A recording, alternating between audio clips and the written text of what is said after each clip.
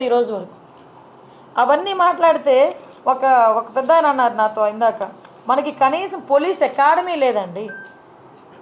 ఎంత దయనీయమైన పరిస్థితుల్లో పోలీస్ డిపార్ట్మెంట్ ఉంది, హోమ్ డిపార్ట్మెంట్ ఉంది అంటే పూర్తిగా 5 సంవత్సరాలు పొడుగు పెట్టేశారు.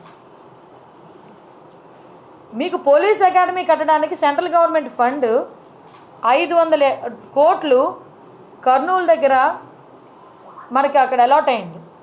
ఆ డబ్బులు ఏమండి అంటే ఏమో. గ్రేహౌండ్స్ అకాడమీకి మన దగ్గరే జగన్నాథపురంలో 1000 కోట్లు అలాట్ అయింది. వర్కులు జరుగుతున్నాయా అంటే తెలియదు. ఈరోజు వరకు అది ఎక్కడుందో కనిపించలేదు ఈ 5 సంవత్సరాల్లో. అంటే ఎలాగ పోలీసులు వర్క్ చేస్తారు?